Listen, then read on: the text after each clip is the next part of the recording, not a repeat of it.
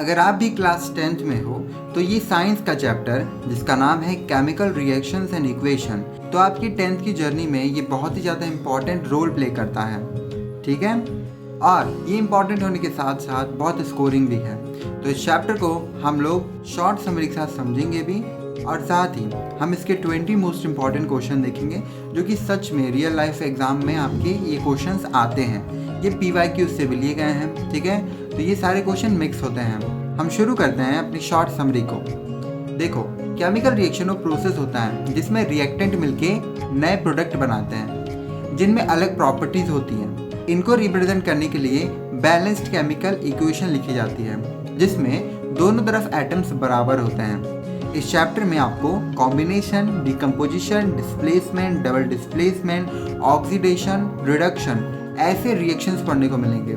साथ ही कोरोजन यानी कि रस्टिंग और रेंसिडिटी जैसे डेली लाइफ के इफेक्ट भी आपको एक्सप्लेन किए गए हैं इस पूरे चैप्टर में। तो ज़रूरी बन जाता है कि इस चैप्टर को अच्छी तरीके से समझना और समझने के साथ साथ इसके क्वेश्चन प्रैक्टिस करना, और इसमें भी क्वेश्चन प्रैक्टिस करना सबसे ज़्यादा इम्पॉर्टेंट है। ठीक है, तो हम शुरू करते हैं 20 मोस्ट इम्पॉर्टेंट क्वेश्चन। देखो, सबसे पहला क्वेश्चन आता है, write the balanced chemical equation for the reaction between zinc and dilute sulphuric acid.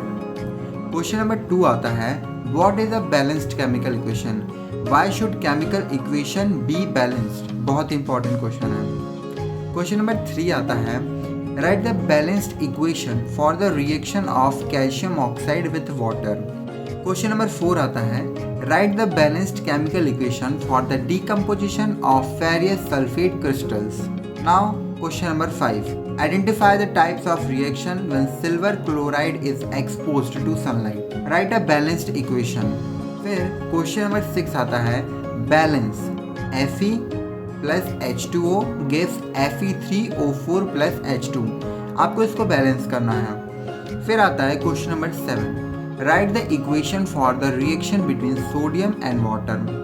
Next question number 8, right the equation for the reaction of aluminium with dilute hydrochloric acid. फिर आता है question number 9, what is a displacement reaction. बहुत important question है, explain with one example.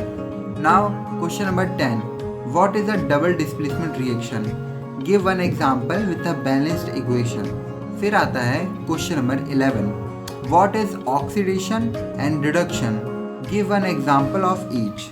फिर question number 12 आता है, write the balanced equation for the thermal decomposition of lead nitrate. Question number 13 आता है, बैलेंस करने के लिए Na2SO4 plus BaCl2 gives BaSO4 plus NaCl। Question number 14 आता है, give the equation for rusting of iron. फिर क्वेश्चन नंबर 15 है, what is rancidity, how can it be prevented. Question number 16 आता है, differentiate between combination and decomposition reaction with one example each. Now 17, what happens when quicklime react with water, write the balanced equation. Question number 18 आता है, write the balanced equation for the reaction between copper sulfate solution and zinc. Second last आता है question number 19, why is respiration considered an exothermic reaction, write the equation. फिर आता है last question number 20, right the balanced equation for the electrolysis of water. ये सारे question exam में बार बार repeat होते हैं और रियल बोर्ड और सैम्पल पेपर से ये लिए गए हैं। ठीक है, तो ये सारे क्वेश्चनों को प्रैक्टिस करना अच्छे से, ये आपकी बहुत बड़ी रिस्पॉन्सिबिलिटी बनती है। और उससे भी ज़्यादा बड़ी रिस्पॉन्सिबिलिटी है कि द टोटल NCERT को सब्सक्राइब कर लेना, क्योंकि आपको सिर्फ यही चैप्टर नहीं और भी बहुत सारी चीज़ें आपको मिलेंगी जो कि बहुत इंपॉर्टेंट होगी और आपके पूरे 10th के सेशन में आपको वो हेल्प करेगी।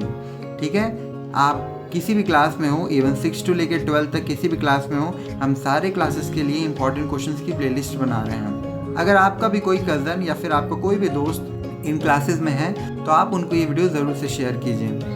मैं मिलता हूँ कल एक और नए वीडियो के साथ, तब तक के लिए द टोटल NCERT को सब्सक्राइब कर लीजिएगा।